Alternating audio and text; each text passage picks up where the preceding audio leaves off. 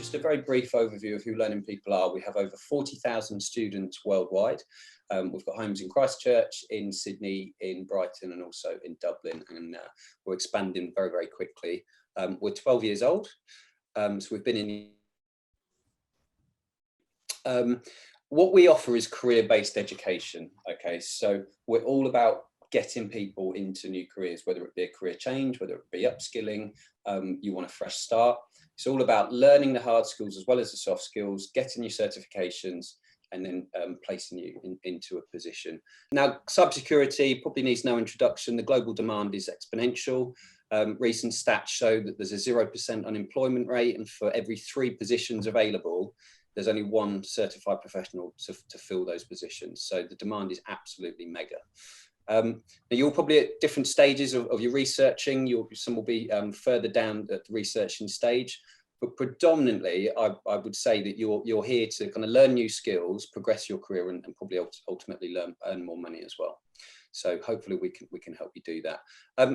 Julia, would you be able to give us an overview of career services? Yes, absolutely. Career services is a support mechanism that we've set up with the Learning People. So once you've enrolled with us and started your training journey, we engage with you basically within the first week of your enrolment to set up a plan tailoring your career search or job search, set up a plan with us. So you can start working with us immediately if you would like to. Some people find that overwhelming and would like to get into their study first off, and maybe wait to work with us in a few months' time. But you'll be allocated a dedicated career services consultant who will assist you with that job search part of your journey, navigating that job market. So once you start working with us, we roll it out over 3 phases, 3-part process. The first part is we assist you with consulting with changes that you need to make with your CV, making it more technical looking, showcasing your skills, training, all those sorts of things. We also go through a review process with your LinkedIn profile. Some of you may not have heard of LinkedIn, may not have a profile, so we'll support you through setting that up. Most importantly, the second part with that LinkedIn is actually using it effectively. So how to network, how to use the job board on there, using it as a research tool as well. And that second part process, as well as navigating LinkedIn, we coach you through how to get in touch with other people through networking, registering with recruitment agencies, or even just applying for jobs in the traditional way. The third part of the process, so the third phase, is interview preparation. So you would have successfully gained yourself an interview, so we'll go through that interview preparation with you. Most interviews nowadays are conducted or done through a behavioural-based style, which we will coach you through how to answer those questions, as well as with a technical job application process. You may actually have to do some technical testing as well, maybe some personality profile testing too. So again, we'll coach you through that process of how to handle it, even negotiation with contracts, if you're asking for the right salary, those sorts of things as well. So full end-to-end process that you'll work with us on. That's great, thanks, Jules. And it really is an exclusive benefit of enrolling with Learning People. As I say, we're all about getting you placed into roles and new careers. Corey, would you be able just to give us a very brief overview? I mean, I touched on cybersecurity and the demand, but how are you seeing it from your angle and the demand around the world? In cybersecurity, well, the key factors are that every single company needs it. You know, it doesn't matter what sort of organization you are, where you work, there's going to be some kind of network or data that needs protecting. And since every single company in the world needs cybersecurity professionals, they're either going to hire contractors and pay them a lot of money, or they're going to get someone full-time and hire them. And fortunately, the demand's so high that if you are technically skilled and you have certifications to make yourself marketable, you're going to get interviews. And the moment you prove to them you can do the job and look after their network, they don't really have a choice but to say, yes, we need you. So the demand has been increasing for years now, and COVID, fortunately for people wanting to move into the industry, has increased demand. because as all organizations moved online, retail moved online, you know, banking's now nearly fully online. The more these organizations move online, the more demand there is going to be for cybersecurity professionals. So it's not slowing down. There's no real foreseeable end to the growth. And there's always going to be positions available, not just at the low ends, but at the high ends as well. So yeah, it's a great time for people to want to move into it. Thanks, Corey. Right, so this is my favourite part of my job, when we get to meet our students who have enrolled with us, gone through the journey, passed certifications, and then ultimately say land a job at the end of it. But just to understand someone's experience with the learning people is really important. And Karine decided to move into cybersecurity after 15 years in a marketing and sales position. She was offered 2 roles in tech security before accepting recruitment. And Karine declined one as it involved shift work, and the other one fell through due to COVID. So we'll come on to that in a moment. And she was offered a job on $115,000 Australian salary, which is also turned down. So I'd start by saying hello, Karine. How are you? Good. How are you? We're good, thank you very much. Thanks for joining us. I'm looking forward to hearing about your journey. Maybe if we'll just start right at the very beginning, and if you tell us about your journey to date and why you chose to move into cybersecurity. Well, I thought that I'd kind of been around my roles in marketing. I did see pretty much the marketing from, you know, the press and radio, TV ads to social media, and I feel like I needed some change. I wanted a job that involved a lot of learning. I wanted my brain to be picked a little bit. And I've always been fascinated by, you know, hackers in the movies, like entering network, grabbing what they need and get out. And I always thought that's pretty awesome. I mean, you know, it must demand a lot of skills, and I thought, you know what, you could probably learn that. After all, it's, you know, just about learning. So yeah, I just studied like that. And with learning people, I pretty much learn everything from scratch, and pass my CompTIA A+, Network Plus, Security Plus, Pentest Plus, and the CEH from EC Conceal in 18 months. Yeah, I loved it, every bit of it. I mean, that's a really cool story. But did you have any fear going into it, thinking you're not technically skilled, or were you just like, I can do this? Well, I guess a little bit. And my husband freaked out. He was like, oh, that's only for like people that are born with these skills. You can't do that. And I'm like, no, I'm pretty sure you can learn everything. If you put your mind to it, you can learn anything. And I've spent my life doing that, thinking that if I had a dream, I had to achieve it. And that's how I came to Australia as well, being French. So no, I had no doubt I could manage. I knew that I had the brain as well and the problem solving skills. So no, I'm a good student as well. So that helps. Absolutely. You've got to, you know, you get in what you put out, and over the 18 months, you've passed a lot of certifications to get you to the level where you have. Now, did you find them challenging at all, or was it pretty plain sailing? No, I think every one of them was challenging. But the more I learn and the more I practice and the more I pass the sets, the more I knew I could do it. The hardest was the CompTIA A+, because it's a 2-part cert, and it's literally, you learn everything in IT, like from cables to Wi-Fi, a lot of data to enter your brain. So I did spend already a good 5 months on this one to pass the cert, but I passed it first go. And yeah, I did take a lot of notes. I've got like 3 folders full of notes, because I was studying very hard. But yeah, no, I think every one of them had their own challenges, but with every one of them I learned more, and I was kind of more addicted to it. So I just went for it and grabbed each and every one of them, and that was cool. So why did you think about online training over another type of training? Why did you end up at Learning People?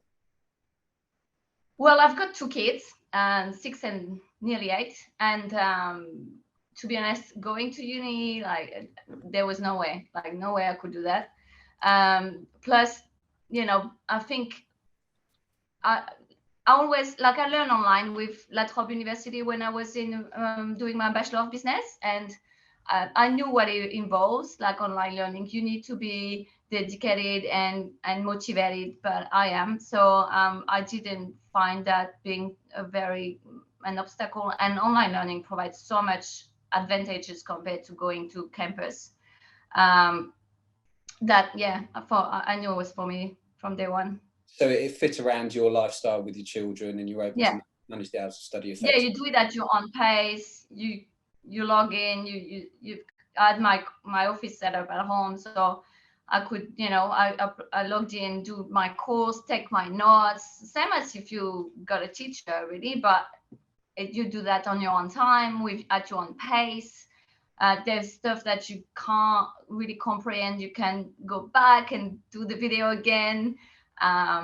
You can still ask questions if you get stuck, which it happened to me only on rare occasions, but you can still ask questions to the email provided and they answer quite quickly. So overall, it was pretty good. And then you can just practice the exams to make sure that you've got the skills and the knowledge required to pass the exam. So no, I found no difficulty. And I think it was like the fact that it was online was just very good for me. Yeah, like you said, for my lifestyle, remote and everything. Yeah. That's a really important part of the training that we have. You practice exams to get you to a level where you're passing before you go and sit the exams as well. So let's move on to your position now. So there was a couple of positions that you turned down, and so you're working in recruitment now. Yeah. So what's your actual role in recruitment? So I'm a consultant. I'm a 360 recruiter. So you talk to companies about potential roles they have open, and then you try to find the talents for these roles. So yeah, pretty much you can talk to a lot of different companies in a lot of different industries. Pretty much all industries now require cybersecurity. I'm specialized in cybersecurity, so my company's got 15 consultants. Each and every one of them specialize in an area of IT. We specialize in IT, so I'm the one specialized for cybersecurity roles with one of my colleagues, and so yeah, pretty much I'm talking to cybersecurity experts every day, all day long, which is great. I learn a lot about the market and about the career path, and and I can use my technical skills on a daily basis to talk to these people that are so happy to have somebody that understands what they're talking about. Yeah, it's really interesting to hear, because you would think after getting your certifications, you go direct into a specific cybersecurity role, and you've kind of gone in a slightly different direction. But it must be quite a niche job to be, a trained professional with the certifications and be able to support people getting into roles, which must be really interesting as well. The other part that I'm interested in is the 2 roles that you turned down for various reasons. That just shows that the demand is so great, and that you were very people wanted to employ you, right? So what was the process like before getting the job in recruitment? Did you have interview processes? Yes. So it was a journey. My career, my job search. I did have. I turned down my very first job was a SOC analyst role. So a SOC analyst is an analyst that's going to work like the network is monitored, and there is an analyst to see if there's anything, any alert that is actually a danger for the network. And well, you need to do that 24/7. Like most of the SOC work on a 24/7 basis, 7 days a week. So usually it's a shift role, which was okay to start with, but then they changed the part that you could do at home. So I turned it down because I couldn't do the weekends at home. I was happy to work around the night and everything, but I couldn't have the weekends at home, which was kind of painful for the family, just on a kind of kids basis. So that's the one I turned down, which it was a kind of a bittersweet. Like they didn't really, it was okay, and then it wasn't, so a bit of a letdown. And especially because I was also on another, like recruited, like in interview process with another company for pen testing training, kind of junior role. They would train the pen testers, and after 6 months you would find out if you can get the role. So I had to turn that and say no for that role, and then that role didn't come through. So that was one. And then I nearly got recruited for a compliance position. So in cybersecurity, you've got the SOC analyst, and you've got the offensive security as well, which is the pen testing. And then you've got the GRC, governance compliance side of cyber. So this role was for compliance, and it was for the submarine project with the French, with the French company. Unfortunately, this role literally took the water. It just went, So when the government pulled out this project with the French, this job kind of fell. So I didn't get the role. And then, recruitment came just because I commented on the post on LinkedIn. My colleague now, Luca, said something about how recruiters don't really know what they're talking about when they recruit cybersecurity experts, and also how it's a poor experience because sometimes you feel like they don't even look at your resume. And he was saying that, they wanted to make a difference in the recruitment process for cybersecurity people. And I put my heads up and I just commented, and I say, hey, happy to have a chat about this, because definitely I found that a few of my experiences with recruiters were quite disastrous. And and that's how I got the job. But I did go through three rounds of interview. And do you work from home? I do have an hybrid work environment, so I work from home 2 days a week and 3 days from the office. So pretty flexible. Most companies nowadays offer that. Yeah, specifically post-pandemic, don't they? Which is, it's great to be more flexible. So, so in your role, do you hire cybersecurity experts for nationally? Yeah. All across Australia, and all across the whole cybersecurity different. So I can recruit a SOC analyst, pen testers, GRC, InfoSec, network security architects, engineers, pretty much. I've seen how the market is really vast, and you've got your defensive security, your offensive security, the purple teams as well. Then you've got your information security guys with the GRC, the compliance. And then you've got the engineers as well, which is kind of not more the back end of the analyst. The analyst is going to use softwares to monitor the network. The engineer is going to work on the back end of that. So I can see much more clearly how the cybersecurity is such a vast market, and there are so many different careers you can do in cybersecurity. So you've seen that the demand is huge, and there's a lot of job vacancies out there at the moment, right? Yes, definitely. The demand, like the market is like so hot. There's so many jobs and not many people, for the role. Julia, Karine mentioned LinkedIn there. Like, how important is LinkedIn becoming to find interviews and employment?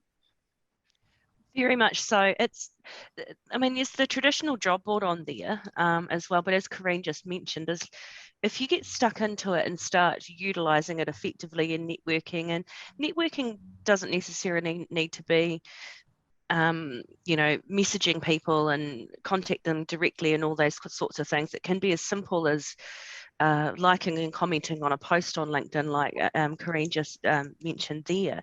It's all about getting your name out there. Most of the time, IT recruiters, and Karine hopefully will back me up on this, will they won't advertise their jobs on the likes of the traditional job boards on Seek and things like that, because they just don't get the right candidates. So they have to use a lot of tools to headhunt candidates. They'll use, you know, the platforms like LinkedIn to get in touch with people and create their own network, or they might hold webinars like we're doing at the moment, or go to job events or everything like that, because they just need to be more proactive in finding their pool of candidates. So LinkedIn is just one of the pieces of puzzles, but it's very, very effective in that job search. Karine, from your perspective, when you're hiring, what do you think a cybersecurity expert should look like? What key traits do you look for? Well, I guess the diversity of the roles doesn't allow me to answer this question, because there are so many different aspects of, for every role there is different. But one thing I'd say is that LinkedIn is really very important. And one thing that I would suggest to anyone listening is that, first of all, know what you want, because if you put in your job title already what you'd like to do, that would be a bonus, especially when you're starting your career. And most of the young, like the junior, like I was, say, oh, I do anything, any job. That's actually very hard for a recruiter, because you can't just, you need to know what they want to do. So that's one thing that I think everybody needs to think about, what they want to do in cybersecurity. And if they could place in their title what they want to do, that would help. Also, knowing their tech stack would be very important. So if they could, when you search as a recruiter, you search with keywords. And if you don't have, like, obviously you've got thousands of people on LinkedIn. If you don't have these keywords, you probably won't pop up, or you pop up like very late in like the 10th page, and it's nobody wants that. So know your tech stack, and if you could place these technical skills you've got in your LinkedIn profile with maybe potential projects you've done, or even if you work on, like, I know with learning people, we learn a lot on labs. If you can place these skills on your profile, that would be fantastic. That would be such a bonus, you know. And also explain why you want to do that. I think it's, and what you're looking for would be a great starting point. And then connect with people, get interested in what they're doing, what they've done in their career, because by knowing other security people and understanding what they're doing, you can stand out from the crowd as well, and people gonna remember you. And if they need somebody one day, a junior, they're gonna say, hey, I talked to this guy the other day, well, maybe he's available, So I think being active on LinkedIn, and like I said, having these technical skills, the keywords are very important, and the certs as well, definitely. So just before we move on to the questions from everyone on the session, what are the typical salaries that you would be offering at the moment? Well, it depends on the role, but to be honest, a junior with no experience whatsoever will kind of probably start at $90,000 a year. But ideally, it's really hard to enter the cybersecurity market. What is important for every junior to understand is that that's one thing I haven't done. When I study with learning people, I thought I would push my search at the very end after I passed my CH. And I think that was a mistake, in the sense that I could have maybe get an IT job before doing all the sets. So at least by the time I get my CH, I would have had already a year in IT. And I think that would have really helped. So I guess what my recommendation would be, like, when you want to go cybersecurity, you need to, ideally, if you can find any kind of IT role as well, like to start. Because even I recruited not long ago a network engineer that just started cybersecurity, but he had network engineering for, I don't know, 10 years before that. But you could have only like a year in network and then go to cyber, and still you'll be more relevant than somebody that's got nothing. So I just feel like, because the learning doesn't stop, if you, as soon as you can, if you can even get, the local IT shop or the school or anything that can brings you hands-on and in IT, I think it would be helpful to kind of then, once you've got all your certs, open the door a bit wider. That's I'd say. Oh yes, so the salaries just keep progressing up and up with the more certifications. Oh yeah, yeah. I recently came across somebody that within 2 years, he got to nearly 200K, but he was very good at what he was doing. But yeah, that's tell you that, yeah, as soon as you start getting a little bit of experience, you're very sellable. Well, that's a nice segue into the first question, which comes from Dave. I think Corey's best to answer this. Dave says, what certifications are best for a beginner? Definitely CompTIA. For all of our career changes, we start them with the CompTIA suite. So the A+, Network Plus, Security Plus at the very least. Reason being, you don't have to look very far to see how good the CompTIA Security Plus is. Any best certification list you read is going to have CompTIA Security Plus on it. Reason being, it's half theory, half practical. Teaches you technical skills that you need for the jobs. You obviously wouldn't start with that. Because you're a career change, you need to go through the basics first, and you cover that in your CompTIA A+ and your Network Plus. So it starts from very, very basic stuff, printers, hardware, software. Network Plus, you're moving into the more, obviously, networking side of things. And then Security Plus, you're learning how to secure everything at a very, very broad description of the qualifications. But anyone moving into the industry, it's CompTIA, without question. Just following on from that, I spoke to James Stanger from CompTIA yesterday, who's their chief technology evangelist, who works with us a lot as we're a platinum partner of CompTIA. And he's going to be hosting a webinar talking about cybersecurity at a time of war, which we've booked in for June. So I'll send the link out when we've got all that sorted to everyone on the session, but that should be super exciting. Julia, this comes from Jared. What are some tips to help showcase experience and projects on a cybersecurity resume? Look, where we start off with your cybersecurity CV is that most of our students are career changers, so they don't have a highly technical background. So really the first part of your CV, the first page, is going to be the most important, that we can really showcase, and your objective, your training, your skill set that you've gained through your training and your certifications that you've achieved, making them quite technical. And then we'll go into your background and experience, and that might not be tech-based, but you've also got to remember that a lot of your previous experience or current experience, even if it's non-technical, is all going to be transferable over to the next opportunity. You're learning your technical skills through the training, but you've also got your work experience. So those transferable skills will be your communication skills, your time management skills, all those sorts of things that make you a good employee, that a company will look at when they're hiring you as well. But throughout that CV, we can put your projects under certain areas, as Karine said before, projects and things like that you were doing throughout your training, or if you worked on a particular IT project within that role, we will put it under that area as well. But we would guide you through how to do all that too. And sometimes it's a very much a to and fro kind of process, like we will consult with you to change it, but then it's still not looking quite good enough. So then we will go through and advise additional changes. So it's a bit of a process. Karine touched on this before, one for Corey. This comes from Noah. Thanks for your question, Noah. What are the differences between university training or getting certified with learning people? What do employees look out for between the two? Very common question.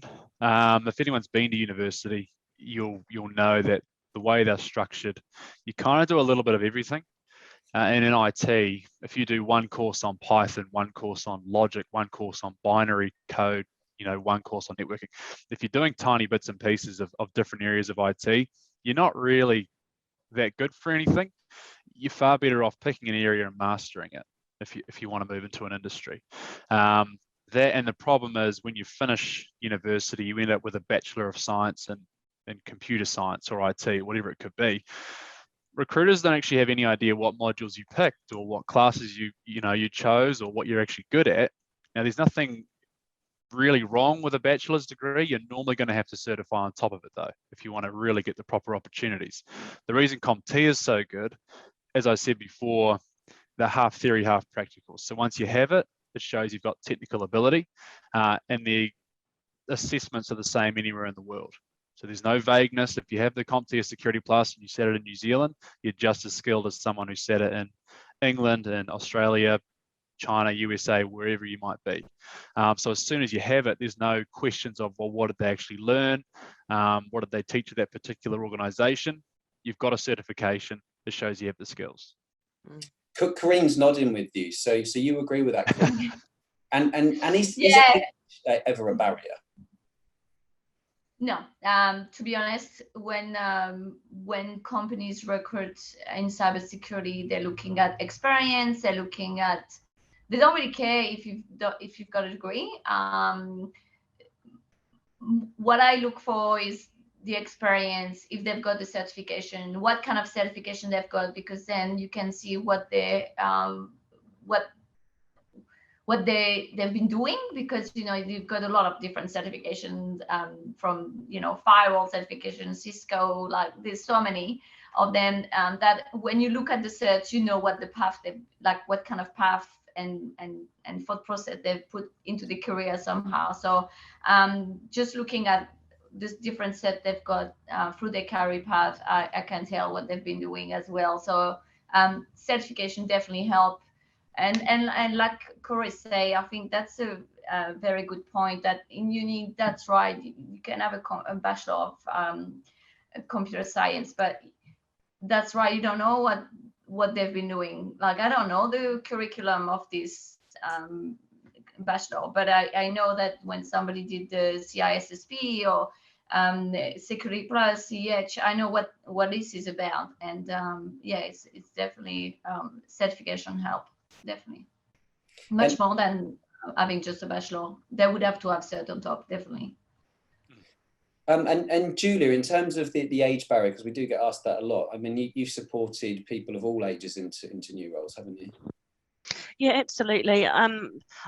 Personally, I haven't seen an age barrier, because the students that are studying with us, most of them are career changers. So, they're not just straight out of school. We do have people like that, but most of them are career changers. So we do have a very broad spectrum of age of people looking for work.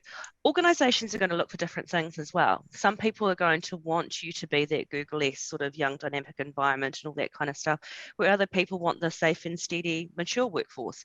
So it's just going to be dependent on that organisation and what they're looking for. And it doesn't, it can be 25 right through to 55. I'm just conscious of the time. This has been a fascinating session. A couple of questions for you, Karine. One is, what would you say to everybody on this session looking to start a career in cybersecurity? What should they do? Well, I'd say first, why you want to do that. I think it's really important, because if you've got your why, you can go a very long way, and that's why it's going to keep you motivated up till the end. If you don't know why you're doing it, you need to find first why you want to do it. That's my number one, I think, because that why keep you motivated throughout the journey. And also just I think it's about being very open-minded and learning. It's a great experience. So I've done it not thinking really what kind of job I'm going to find at the end. I've done it because I really wanted to learn about it. Which I think really helps the process, because if you do it for, I want to be there because there's a lot of job opening, and of course that helps, but you need to be willing. Like there's a lot of ads you'll see, job ads they want people that are passionate about it. So they want people that, and I got passionate as I was going through the learning as well. Like the more you learn, the more you're like, oh, this is awesome. And then you're even more passionate about it. But I think, yeah, having your why and being passionate about what you're learning is really important, before even thinking where you want to go. And then as you go, you need to start defining what you want to do with this knowledge and what kind of job you'd like to have. But yeah, definitely, I'd say you need to be motivated and passionate about what you're learning. It's great advice. So finally, would you say it's been worth the investment? Sorry, what's that? I said, would you say it's been worth the investment? Yeah, every penny. Yeah, it was great. I loved it. From the moment I started, the whole learning process, like, yeah, I've learned so much. I've everything. And then even like, yeah, even going through the jobs and like, now I can talk to so many different people. And if I want, I can go back to cyber as well. Yeah, I can continue learning. Like, I love what I'm doing. I love this. I love cybersecurity. It's a very interesting and ever changing.